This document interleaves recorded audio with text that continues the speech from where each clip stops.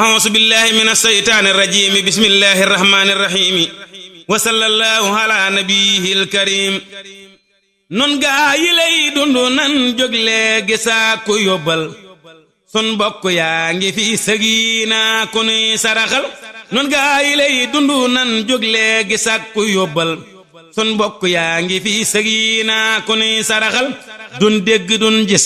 te am ay gët du tax nit a gis koy gis te doo waaru kookee kët gëtam ya gisul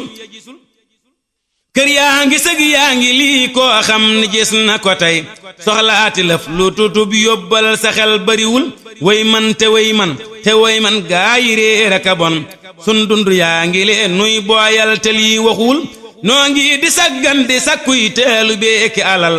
ba déegi xëy sinu ay nan tuubi lii defuwul te bët bu sébbee ku am xel dangay baya bay bu dee fi peese ji ay mbay luy pexem ku bayul nawet bi dikk na tey dënnoo ke xiina ka taw nan jóg ku sébbulu bum yendooti kër te dëggul alal ji nuy dajale kay kër-këree ka baril day tax sunuy dono naa yi gaaya bëggi alal ay naari góor aki soxnaa ki alal mayewul ngërëm fa yàlla ndekon kay am ngërëm di moral ab xol bu sell bu set lii moo di lay mayandam bisub layoo ba ndeduy soxnaa ki taaxa ki mol nan sànni ëddina mi nuy dox di téq ka dog